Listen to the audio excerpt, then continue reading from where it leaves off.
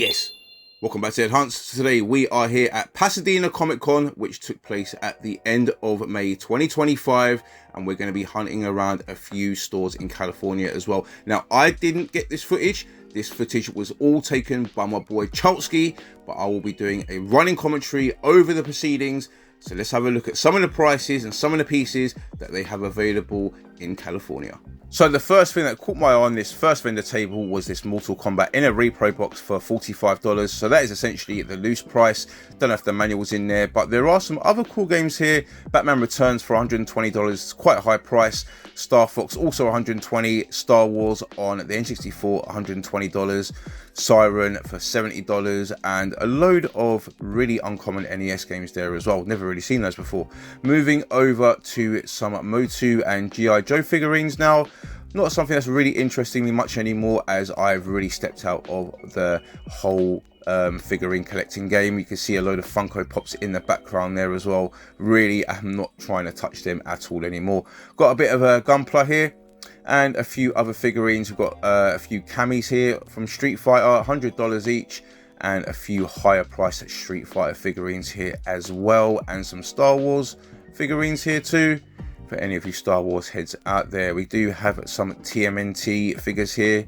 We've got Krang, one of the bad guys from TMNT. And there's a load of other stuff there too. We've got Freddy just there as well. It looks like the Beatles just in a bag underneath that glass display.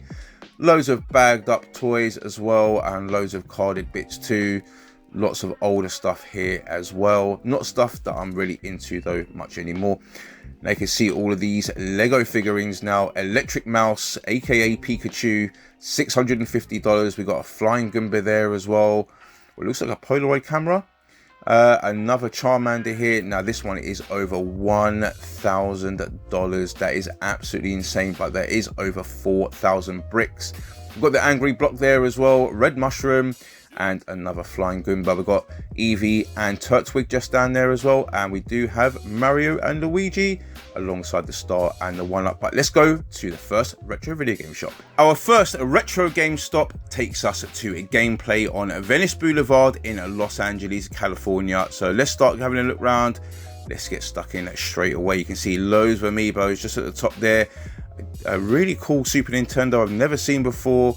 Let me know in the comments if you know anything about that Super Nintendo. We've got loads of Game Boy Advance carts, Game Boy Color. And the best thing about this is that you can buy any of these, bring them home back to the UK, and they will work in your UK console, as all Nintendo handheld consoles are region free. You see loads of 3DS and DS games down here as well.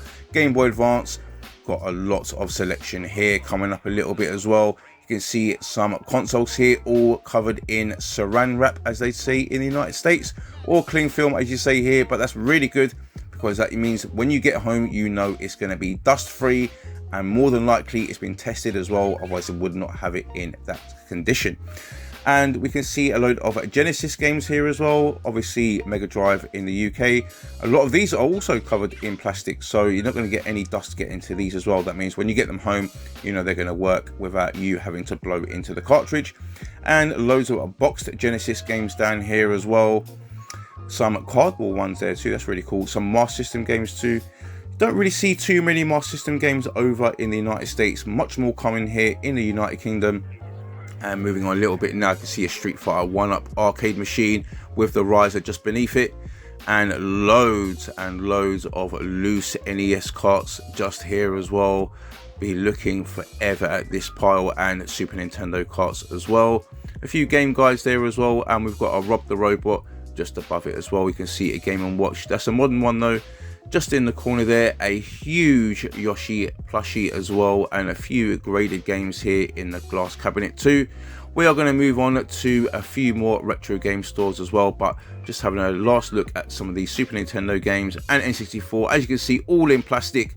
That is absolutely fantastic, because that's exactly what you want when you're buying retro games. So let's move on to the second store now, but just see that Timon and Pumbaa in the corner there. Really want that in my collection one day. Let's move on. Second stop today is A&J Games on Palms Boulevard in Los Angeles, California, and this place is absolutely stacked. And what I like about this place as well, it's a little bit disorganized. which always gives you hope for the future that you'll be able to make some deals on a few pieces if you bundle them up. So as you can see, this place has a little bit of everything. There's some collectibles here. So you see a lot of Star Wars in this corner. There's a lot of game guides here as well, and a lot of DVDs. But yeah, as you can see, there is absolutely tons of games in here. Neo Geo, AES, and a ton of Neo Geo MVS carts here as well. The MVS carts are the ones that go straight into the arcade cabinet, and the AES are the ones that go straight into the console. You can see loads of Sega CD games down there as well. Really do like the Sega CD cases, even though they don't really fit anywhere. I think they're really cool. There's loads of arcade sticks here as well. You can see a Street Fighter 1 just over there. A few other ones as well for some older consoles. Loads of Atari 2600 here as well. Absolutely tons. You can see a load of box consoles just behind as well. Collectibles, pretty standard for a retro video game store, but they do have a really good selection here. Loads of Super Nintendo carts just behind them as well. And you can see loads of Atari at the top there too. And you can see some consoles just here as well. You can see things are a little bit here, there, and everywhere in this store. I do like that because yeah, it's just more fun to hunt as well. Just a little reminder, if you have not hit the subscribe button yet, we are edging towards 10k subs, and there is around 60% of you out there that have not hit the subscribe button yet, so it would be a massive appreciation if you could hit that subscribe button if you have not done already. Moving on to some box games just in the corner here. So WCW, NWO, loads of 3DS games here as well, loads of Star Wars collectibles as well. And what I like about the DS games over in the United States is that you can actually see some of the cover artwork on the spine. In the UK, it is just the name of the game. So let's move on to World 8, which is our third and final retro video game store that we will be stopping at today, before we move on to a much bigger collectible convention type place. So World 8, this one has been here for quite a while, and they really do have some really cool pieces in here. You can see there's a load of Nintendo collectibles behind the cabinet here. A huge Pokeball, quite expensive though. You can see loads of Nintendo plushies down there as well. Donkey Kong, Diddy Kong, Mini Bowser. I can see a lot of Donkey Kong stuff there. Really looking forward to the new Donkey Kong game coming out on the Switch 2, Donkey Kong Bonanza. I think that's going to be absolutely fantastic. Moving on, as you can see, we're getting older and older as we're going through these cabinets. Started at Switch, then 3DS, and then you can see a little bit of Game Boy Advance, then some PlayStation 1 and some N64, and you can see their cards just there as well. Loads of N64 cards. So I like they're a bit more colourful than they are in the UK. Most UK cards are just grey, apart from Turok and a few others which are a black card. So you can see a few Super Nintendo games down here as well. A few NES games, probably not as good as of a selection as the previous two places did have, but again, definitely something here for everybody.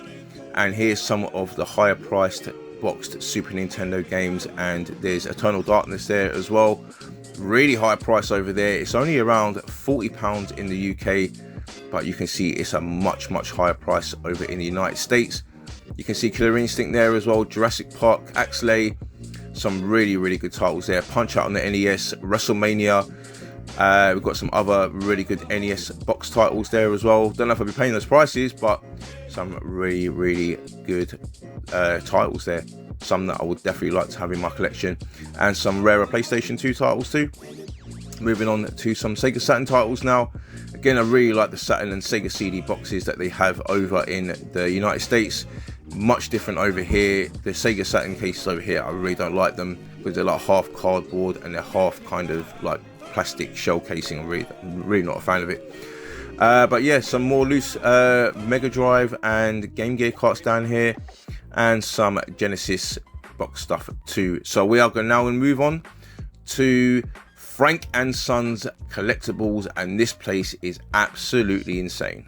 Frank and Son Collectible Show is one of the more unique quote-unquote stores you will definitely visit while over in California or even the United States, because this place is technically a store, However, it is set up like a convention hall and it is open 3 days a week.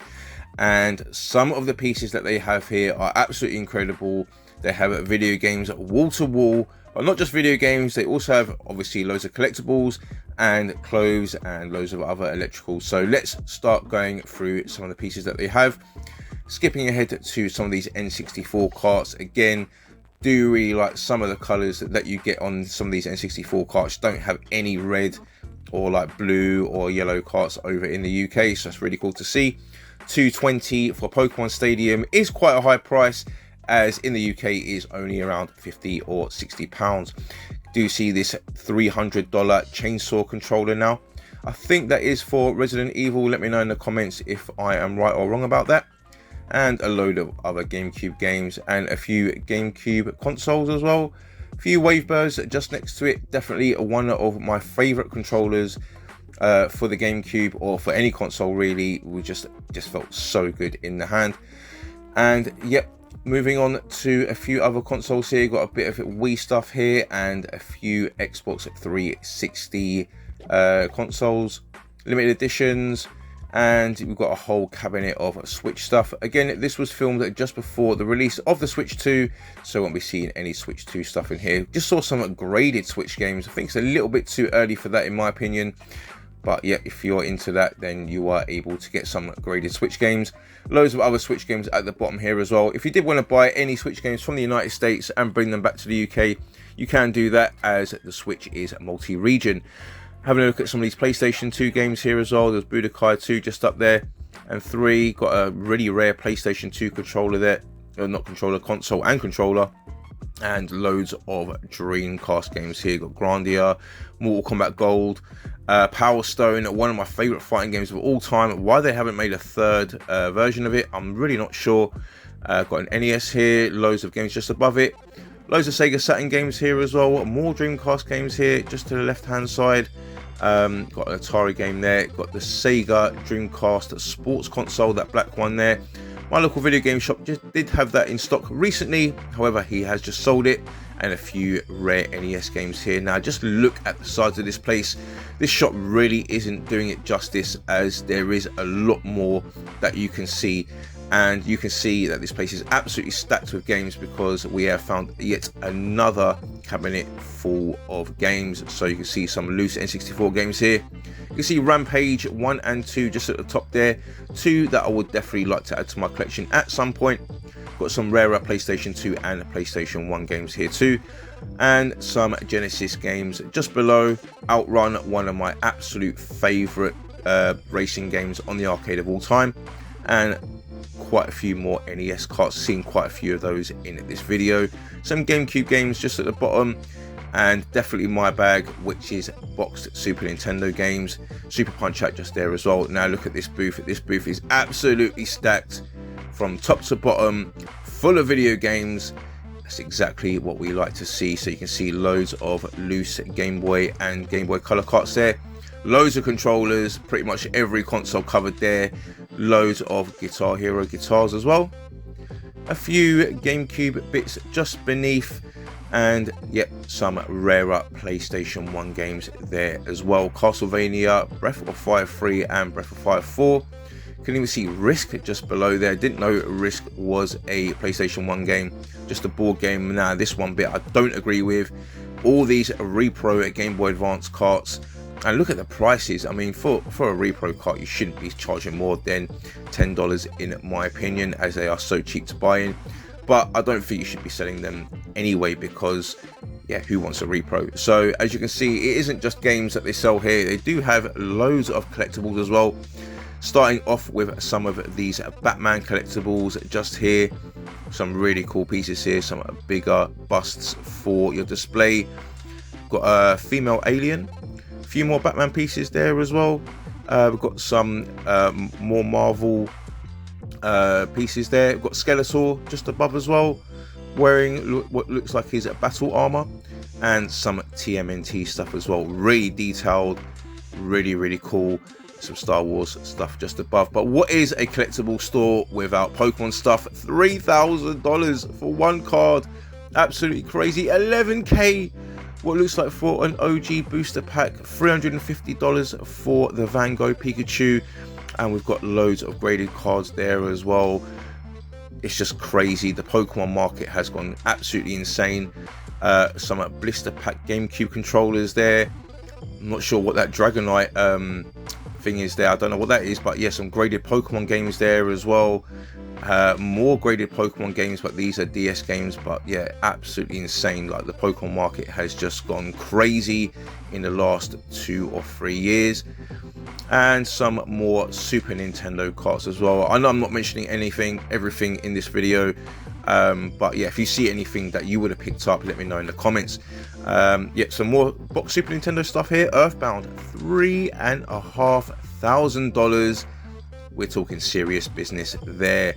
Star Wars, Donkey Kong, and we got some more graded PlayStation 1 games at the top there. Tomba, Animaniacs, we've got Tony Hawk's there as well, Tenchu, Resident Evil 3, loads of other PlayStation 1 games here as well, some big hitters.